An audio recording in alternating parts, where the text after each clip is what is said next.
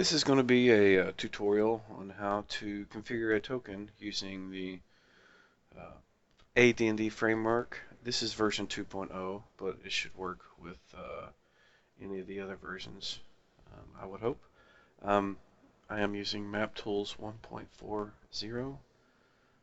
We're going to start with our fighter token here. So you notice I have the selected window here and a chat window here. That's really all you need as a player. So I'll select the fighter token, and then you see two macros. The only one that really matters is the sheet one. You load it up, and then I'm going to place it right here, and you can see fits great. Alright, so these options show you this details right here is mostly for the player. The framework doesn't need these. You can keep track of that, like your XP, your name, and that sort of thing. It's nothing that the framework needs. And here's these values. These are default, and I'll show you how to change those here shortly. The first thing we're going to do is edit, and that's on the far top of the sheet. I'm going to left click that, and you can see fighter and kit and all this information here. It's the same thing that's right here. None of this really matters to the framework. This is strictly for the player to keep track of things, so I'm not going to change anything there. Stats. This is important. These values in these little fields here and the actual value of the strength dex are used in various places. Like if you need to make an ability check versus strength or dex, this needs to be correct. In certain cases, like to hit adjustment to damage adjustment, these are referenced elsewhere for when you're swinging your weapon, so those need to be adjusted. So for example, we'll say he has a 16 strength, his to hit adjustment is +1, and damage is +2. I'm not going to mess with these two values, but let's say I think this is like 10 on a d20. So you can see the values. On dexterity, let's say he has 16 dex, which I think is a +1 to hit with missiles and -2 to your AC. Please forgive me if that's not right. I'm not looking at the tables right now. But I want those two values here so you can see them later, because the framework will auto-adjust your AC based on your dexterity adjustment. The rest of these values aren't used except for the wisdom save adjustment. And you'll notice that there is a save adjustment in all the other ones. And I put that there on the off chance that a DM would want to use those values. I don't. But when you roll a save, you'll see the option to apply that.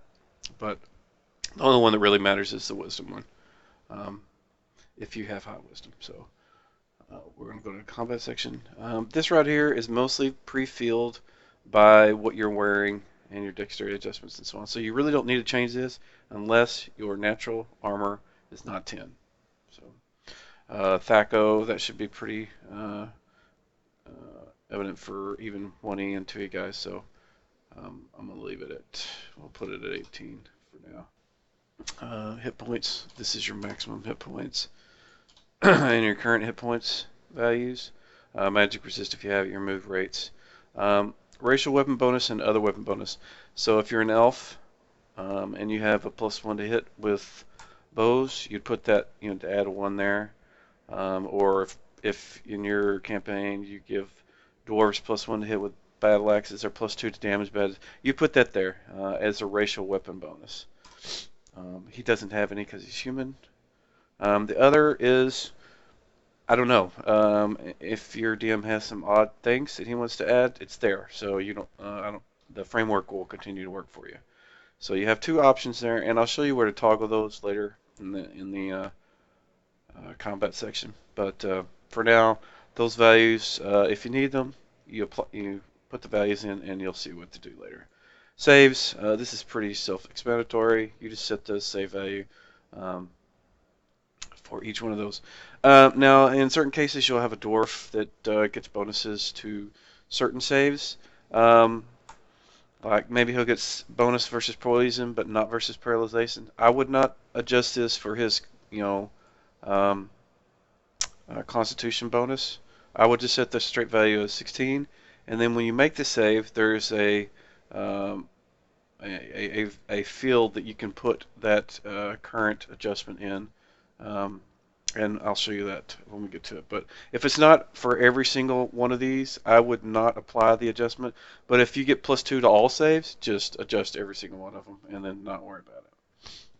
Spells. This is where you would set the number of spells per level the caster would get. Divine spells are priest, clerics. Arcane are, wizards, magic users, whatever you call them. There are 0 level spells, and I did this on the off chance that your DM allows cantrips. I don't have a lot of cantrips pre-configured in the framework, so he'll have to do that for you. But first, second, third, this particular guy is a fighter, so we're not going to apply any. Encumbrance. If you look at table 47 in the 2E book, it'll break it down for each class or for each strength value. Right now, I'm just going to leave the default, but what you would do is you would just say what is in the table, what is none, what is unencumbered for for that strength value, and put it in the max value right there. And light, moderate, heavy, and severe. And these values will be used when you become overloaded, and it will auto adjust your movement for those values. Sorry. Experience. This is something that the framework doesn't use. It just is something for the player to keep track of their experience. So you'd put your total, the current here, and then what you need for your next level here. And settings. Do you want your initiative, your attack, your saves, and ability checks only shown to you in the DM, or do you want your player, all the other players to be able to see that too? That's totally up to you. You set that however you want. Okay, so now you'll see the strength value over here change is now 16, dex is 16. It says hit adjustment 1, damage adjustment 2, hit adjustment 1, and AC adjustment -2. And we'll see those values used in more useful areas later. So the equipment section is completely empty, so we'll start off by adding something. I think the first thing we're going to start off with is armor, and we're going to give him chainmail. Just click on it and click OK. And you can see that it's now in there. It tells you the weight and different other fields. If you're not sure what those particular things do, like banded mail, you're not sure, click on the question mark next to it, and it'll pop up a new window, and it may put it in the middle of the screen, so you may need to move it. And it'll tell you the weight, what it does, what types, and that sort of thing. Same thing, ring mail, you can see. Shield body, I don't want to add that. I wanted to show you. Click question mark. It adjusts the AC by 1 and it weighs 10. So I want to add that to add the large shield to the character. Okay, you can see that it's added there. You got a shield and chainmail now. We can go to goods. We'll add a backpack. Let's see what else we want. We want water skin. We're going to have 2 of them. And let's see, we'll add a large belt pouch as well. And let's see, what else do we want? Let's look for some rations, and we'll add 7 days worth of dried rations. And some torches. We'll add 3 of those. And flint and steel. So as you notice, it's all just added there. And you can see there's a little icon next to large belt pouch and backpack, and that's because they're containers. And what we can do now is we can click on torch, and we can say, go into my backpack. And we can now put the water skin in the backpack as well. The rations in the backpack. Flint and steel. We'll throw that in the large belt pouch. And you can see each one is listed underneath the object that it's in. These 2 are worn, so they don't show up that way. You can add coins.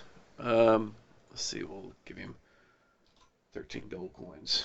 And then we'll put those. in his belt pouch. And you can see the count there. And now we're going to add a weapon. We'll give him a, let's see, sword long. Give him a long sword. And there we go. And I also want to give him a long bow. And since we got a long bow, we need to get some ammo. So we need to get arrows.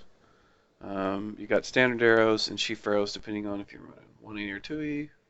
Standard arrows are flight arrows. So we're going to add 20 of those. And we can go back and add a quiver now too.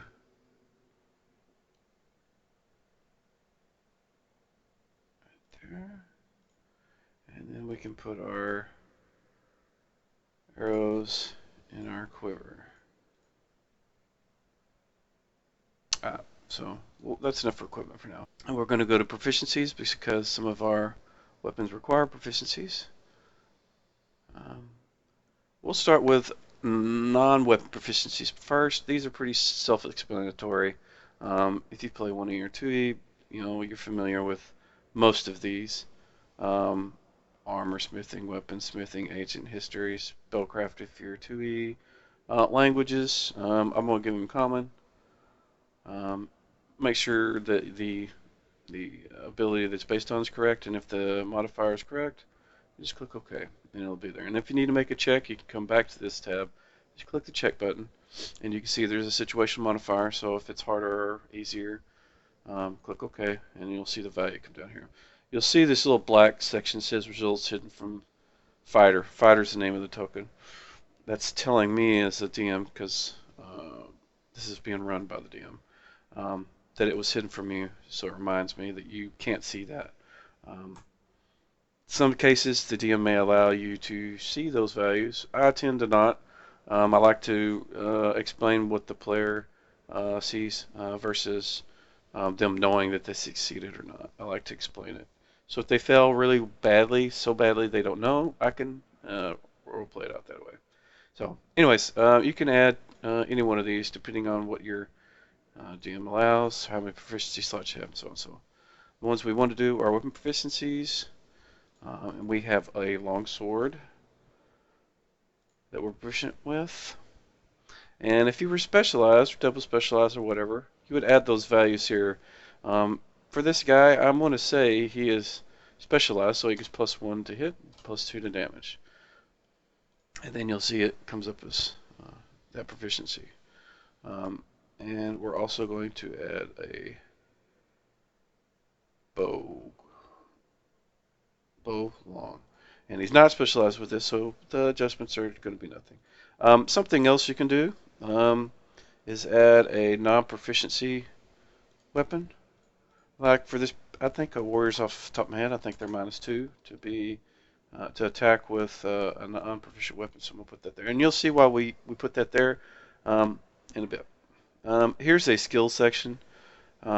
This would be where your thieves would put their, climb walls, detect noise, find shadows, that sort of thing. We'll say this guy is an old school barbarian. He gets to take back attack, and his base ability in that is 5%. You can see modifiers applied based on armor, dex, and whatever. Those are mostly for thieves. Second edition and first edition have adjustments for those.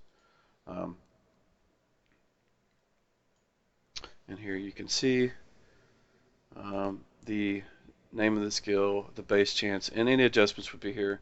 And then you would click on the total, the number down here on the end to do a check to see if you detect your back attack, and you failed. I've got a slightly newer version of this that takes adds another field here and just changes it to check. Because some people were a little confused as they thought you click on the number to edit, so I did just the number can't be clicked in as the check field, but like this one up here, up in the proficiencies, it's just like that one. It says check and then check, and it'll be just another table here on the right. Okay, so combat window. You'll notice a lot of different options. We'll go into roll initiative and multi-weapon attack later. Here you can see the hit point section. You've got 10 max hit points. Your movement base is 12. It's adjusted to 8 because he's slightly encumbered. And if you're wondering what's doing that, you can go back and look, and it'll tell you total weight carried 68.95 pounds, and he's slightly encumbered. And if that's not correct, you need to go back and adjust your encumbrance tables to match whatever his strength value is. But we'll leave that as is. You can see here, this is our armor section. It calculates his AC. His dex adjustment was -2, his shield was -1, his armor is -5 for a total of AC 2. Here's your save values. Anything that's highlighted in blue, you can just click on. Like if you need to adjust the hit points, you click that. And if he got hit for 1 hit point, it's just -1. And you'll see the adjustment when, in the chat box, you'll see it say what's happened and your value will be changed. If he gets healed for 1, you just type in 1 and you'll show in green as hit points went up and the value changes. These are saves. If you need to make a save versus paralyzation, poison, death magic, you click on it and this window pops up. Situational save modifier. This is where I was saying earlier, if you have a bonus for con or something for this particular thing, you would type in, the value, 4 or -4, whatever it would be. In this case, it's 0. Also, here's the ability bonus to apply to this save. And remember those save adjustment values I said in each one of those you can apply? Well, this is where you do it. If you have a magical bonus for high wisdom and it's a particular save that uses it, you click that. And when you've got all those set to what you want, you click OK, and it'll tell you if you saved. The yellow means you failed, and green means you succeeded. And it'll tell you what your target value was 16, you rolled a 14. And if you mouse over the value, it'll tell you what, you break down the roll itself and show you your modifiers and what the actual dice roll was. And so you can just hold your mouse over the value and it'll give you a tooltip. Same thing with some of this stuff. You mouse over these and it'll give you some simple little things. These values are more useful when you have attacks. So what we're going to do is we're going to add an attack. And these are weapon attacks. You can either add empty ones for like unarmed combat, but we'll start with the weapons we have in our inventory, which is the sword, the longsword. And so you just click add and select the weapon that's in your inventory. If you don't have a weapon in your inventory, it's not going to be listed there. You can change the name of the weapon here if you like. I'm going to leave that the way it is. The proficiency I'm using is sword long. If I wasn't proficient with a longsword, I would use non-proficiency weapon.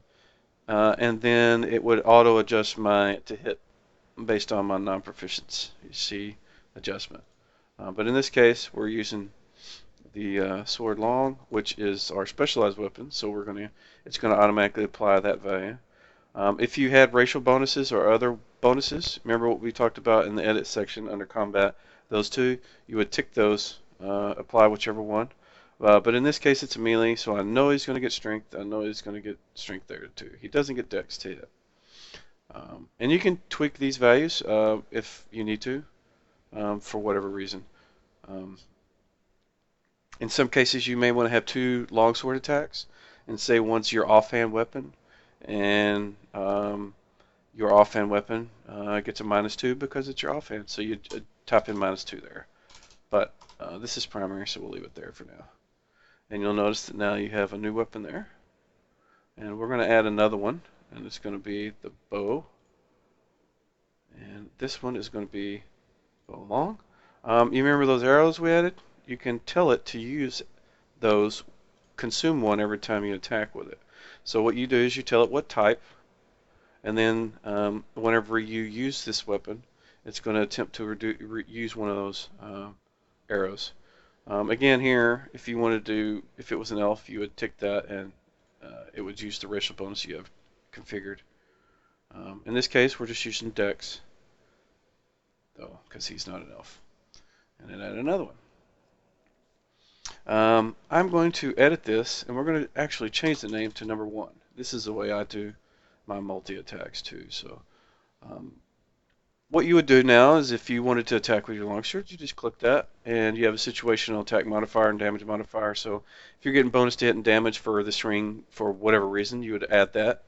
We're not going to apply any right now. We'll just click OK, and then the box comes up, tells you um, what your dice rolled. You can mouse over it, and you can see the actual breakdown.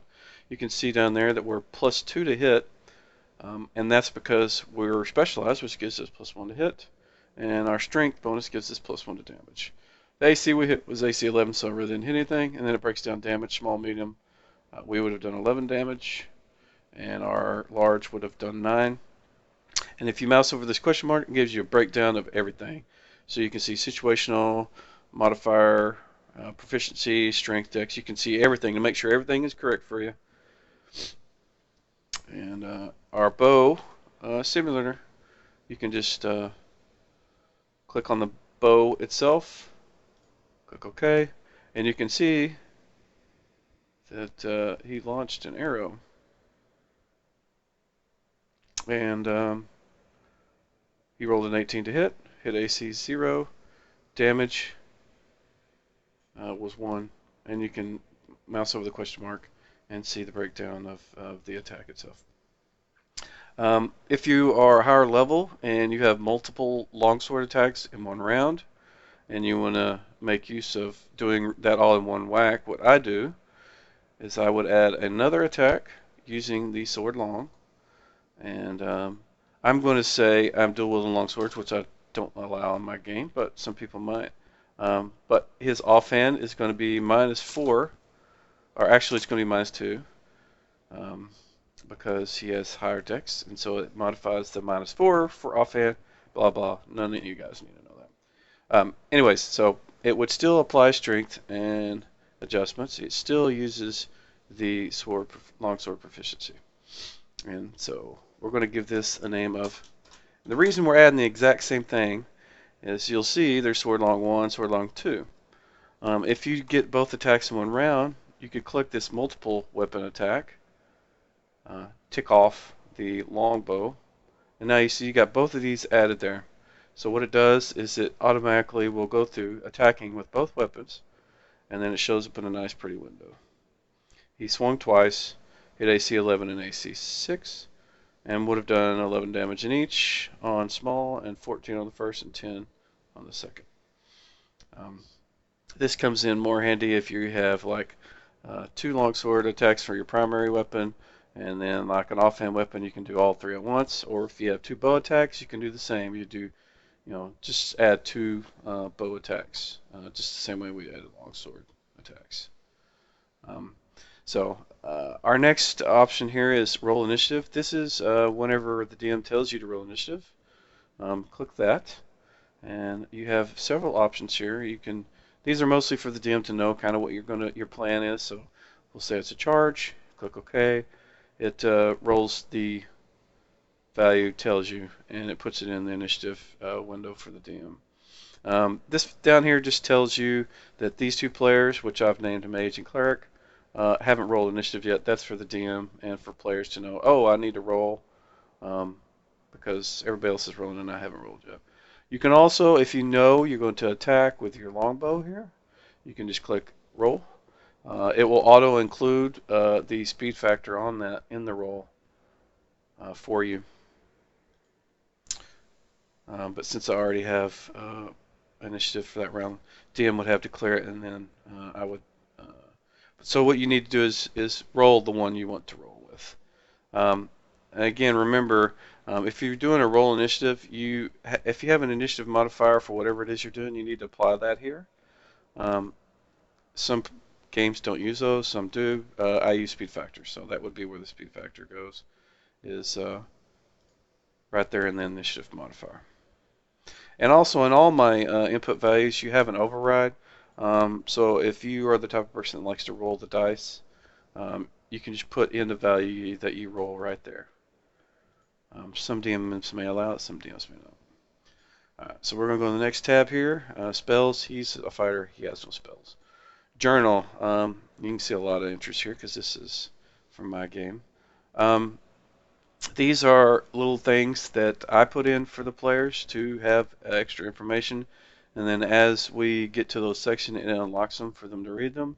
So the first time they went to the roadside inn, and I kind of give them a little role play description of the thing, and then I unlocked it to where they could go back and look at it, and then they can read the little section of that particular place. Temple of Apollo, what who's running it, that sort of thing. And DM can. This is just a little things for the DM to add. Players can add their own. They have their personal journal. This one doesn't have one, so we're going to add one.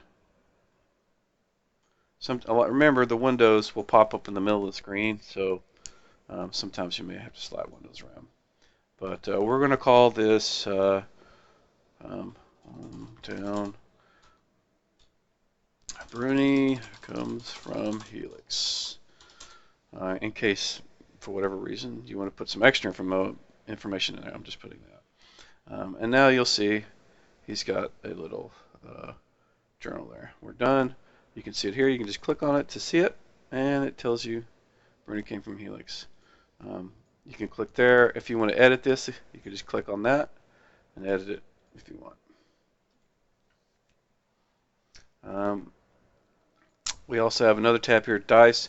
If you need to make dice rolls and you don't want to just do the rolls / roll, or the combat section doesn't do it for you, you need to roll 66. You can click on that, and dice count. We want 6 of them. Do you want them to go to everyone, you and the DM, or the DM only? You set those, and you just click OK, and then it tells you the total roll, and you mouse over it, and it breaks down each roll. If you mouse over it, and then the total to the right there.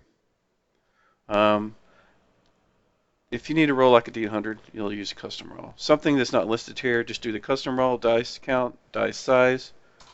Like in that case, we want to roll D1000. There you go, rolled 324. And last tabbing in is the edit. So, we're done with our fighter. We need to show you some specific things that are specific to Divine and Arcane casters. We'll start with the Cleric because he's a little easier. So we're going to close our fighters and select our Cleric, open up his sheet, put it up in the tab, and then I'm also going to show you how to open up multiple actually. You can see down here the tab says PC Cleric and then some number. That's this guy right here. If I go back to the selection tab, select Mage, you can see the Mage up here. I'll click his sheet, and then I'm going to throw it right here. And now you can see PC Cleric, PC Mage. You can toggle between the two pretty easily. So if your DM lets you run multiple characters, you could do this.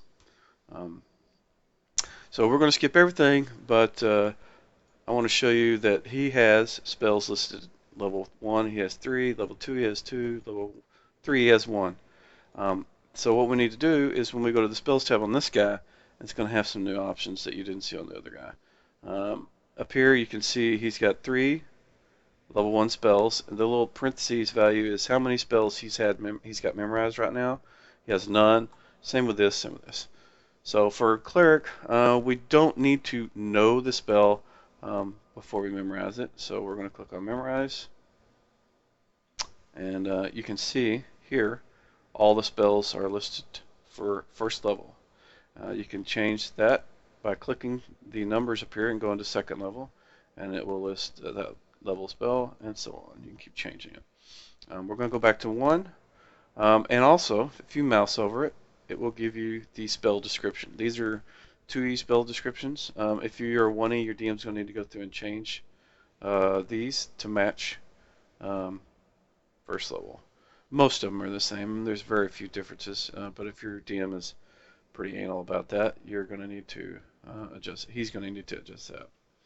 So to memorize that spell, you just mouse over it and left click it, and you'll see it popped up here and also popped up here. And if we want to memorize it twice, click it again, and you can see it as X2, X2. And you can see the parentheses value now is 2. And if you mouse over it, it'll say 2 of 3 spell slots used for this level. So we have one more spell we can memorize, and we'll say Cure Light Wounds. Now we want to go to third level, our second level. And we want Hold Person and Find Traps. And as you do these, they'll pop up here. Also, if you mouse over them in the character sheet too, it gives you the spell description. So you won't get confused. You always will have access to that. So, and lastly, and also if you try to memorize more than you've got, like if I click it now, you'll see down here it says you do not know available slots to memorize that spell because you've already got 2 of 2 memorized. So number 3, and we'll pick Cure Disease. So now we have all our spells memorized, and we can close this window. You can see mouse over them. When you want to cast a spell, you can just straight up click the spell right here, and what it does is says Cleric Cast Bless. Since you already know what this description is, you don't necessarily need to see it, but if the DM wants to know what that does, or other players, they can click on that, the actual text down here. It'll pop up a description breaking down what it does. So if it affects them, they can look at it, or if the DM doesn't necessarily remember all the things, he doesn't have to go look it up. When you cast a spell, he can look here and see exactly what it does. And that's the cleric. The mage is a little different because they need to know the spell. They also need to have the spell in a book before they can know it. So you'll notice he has spells. Same as the cleric, we have 3, 2, 1. 3 first, 2 second, 1 third. But he has none. He has none here. And I'm going to do this just to show you what happens. Click Learn, and you'll notice all of these are just black text, and you can't click them. You can't do anything with them, and that's because you don't have them in your spell book on the character. So what I want to do first is show you how to add that. You go to Equipment, Add. We want to go to Books. We want to add a spell book. And now he has a spell book. We'll close that. And you'll see here there's a little option, Read. So what we want to do is we want to read it. And you'll see nothing's in it. There's no spells in your spell book. And so the DM is going to give you some spells. So we clicked Add to bring up this window.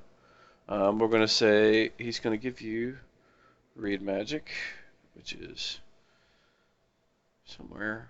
We're on first level spells, right here. Click it, and now you've got Read Magic in your spell book. We want Detect Magic in our spell book. And all I'm doing here is just left clicking this add down here, and then adding it. We'll say he also has, DM gave you Shield, where'd it go? And the good old Standby Sleep. This is the same way you make scrolls. You'll notice up here it says book scroll. So if you have a scroll, you do the same thing, and DM says you got a scroll with 2 shield spells in it. You would have X2 here. And then as you used it, you just click cast, and it'll pop up a similar thing, reads from scroll, shield, and everybody can click on that to see it, and it'll remove it from this. But since this is a spell book, we're not removing it. So we're done with adding our spells to our spell book for first level. Let's add a few second levels. Invisibility, Flaming Sphere,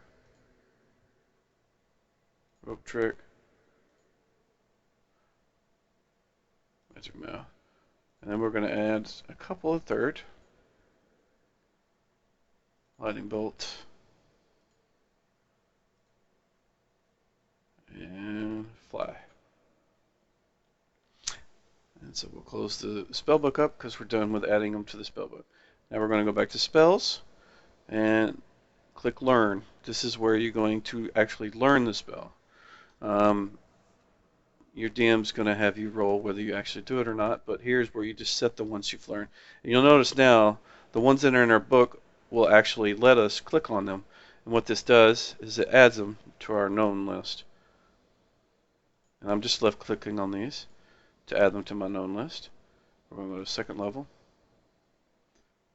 Click these and add them to our known list.